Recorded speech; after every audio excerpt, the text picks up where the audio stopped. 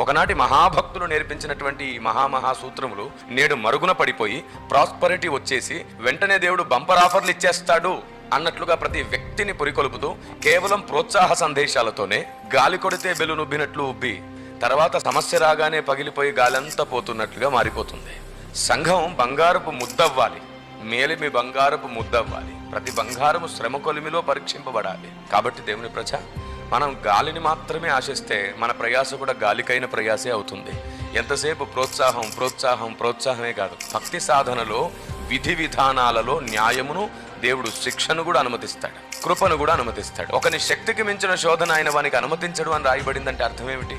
భక్తి జీవితంలో శోధన ఉంటుంది, శ్రమ ఉంటుంది, గాయం ఉంటుంది, కష్టం ఉంటుంది, కన్నీరు ఉంటుంది. వీటన్నిటిలో కృపతోడుగా ఉంటుంది. అది అత్యంత మధురమైన అనుభవంగా మారుతుంది. మహామహిమను బహుమతిగా దేవుడు మనకిచ్చేటట్లు మనకు యోగ్యతనిస్తుంది.